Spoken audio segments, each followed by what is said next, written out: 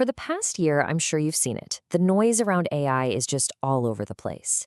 You've got headlines promising some kind of utopia, and then right next to them, you've got these dire warnings about jobs just disappearing. But the truth, the reality of what's happening is actually a lot more interesting. See, AI isn't really coming for your job. It's coming for your job description, and it's changing it big time. So let's get into what that actually means. Yeah, you can forget all that talk about robot overlords for a minute. The real AI revolution, it's not some big loud explosion. It's quiet. It's happening in the background, inside the software you already use every single day. Your email, your spreadsheets, those project management tools, it's not coming. It's already here, and it's already changing how you work. So, how big of a change are we talking about? Well, get this. Analysis is showing that AI is on track to automate or take over about 40% of the tasks an average professional does every single day. That is a huge number. We're talking hours of work every week just handled. Okay, I know what you're thinking. A number like 40%, that can sound pretty scary, right? But here's the absolute key to this whole thing. This isn't about eliminating jobs. It's about transforming them. So if AI is going to handle almost half of what you used to do, what's your new job? Where do you fit in? Where's your value now? Well, here it is. This is the big shift we all have to wrap our heads around. For the longest time, a professional's value came from being a doer, the person who starts with a blank page and creates something. That's changing. The new professional is an editor. You're the one who critiques, who refines, and who gives that final critical sign-off. Let's really dig into what that means. Just think of AI as the best intern you've ever had. It's lightning fast at spitting out a first draft, summarizing a long document, or just handling all those repetitive tasks. And because of that, the old way of measuring productivity, how much stuff can you make, it's just not the name of the game anymore. Your new value isn't in creating, it's in curating. So you can see the difference right here. Your role is shifting from just pure production to something more like a director. The doer, well, they spent hours on the manual labor of that first draft, but now as the editor, you're focused on validating what the AI spits out, providing that crucial human context, and, this is the big one, you're the one who is ultimately accountable for that final product. So, what does this actually look like in the real world? Let's make it concrete. A marketer might have spent all morning trying to write that one perfect ad. Now, they can get 5 pretty good options from an AI in just a couple of minutes, and they can spend their valuable time actually testing and refining them to see which one really connects with people. Or a lawyer, right? They can hand off the incredibly tedious work of cross-referencing case law and instead use their expertise to focus on what it all means, to contextualize what the AI found.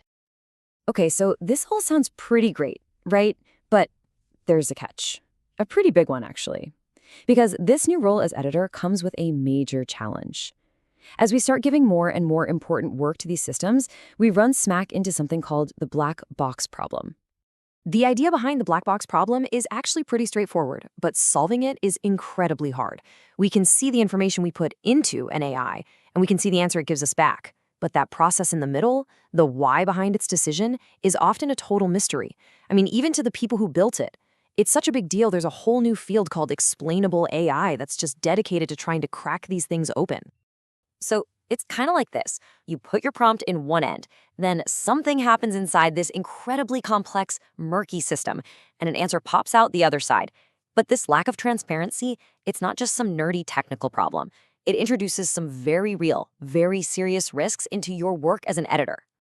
So risk number 1, compliance. For anyone in a regulated industry, we're talking finance, healthcare, law, this is a massive deal.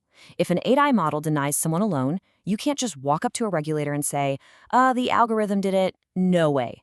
You are legally required to explain the logic. And if you can't, well, you're the one on the hook. Risk number 2 is hidden bias.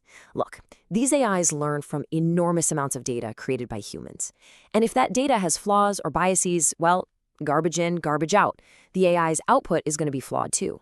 Think about an AI screening job candidates. It might learn old, outdated hiring practices from the data and start recommending people based on criteria that are biased. So AI doesn't just reflect our past mistakes. It can amplify them and bake them right into our systems at a scale we've never seen before. And all of this leads to what might be the biggest risk of all, your accountability. The second you, the human professional, click approve or send on something an AI generated, all the legal and ethical responsibility for that work transfers directly to you. You are putting your name on something that you might not be able to fully explain. So that's a little scary, right? If you're now accountable for a tool you can't totally understand, how in the world do you operate safely? Well, it all comes down to mastering the parts of the process you can control. And that's the quality of what you put in and the rigor of your judgment on what comes out. And that means you've got to cultivate two non-negotiable, truly human skills. This new essential toolkit is really built on two pillars. The first is something called prompt engineering, and the second is critical synthesis.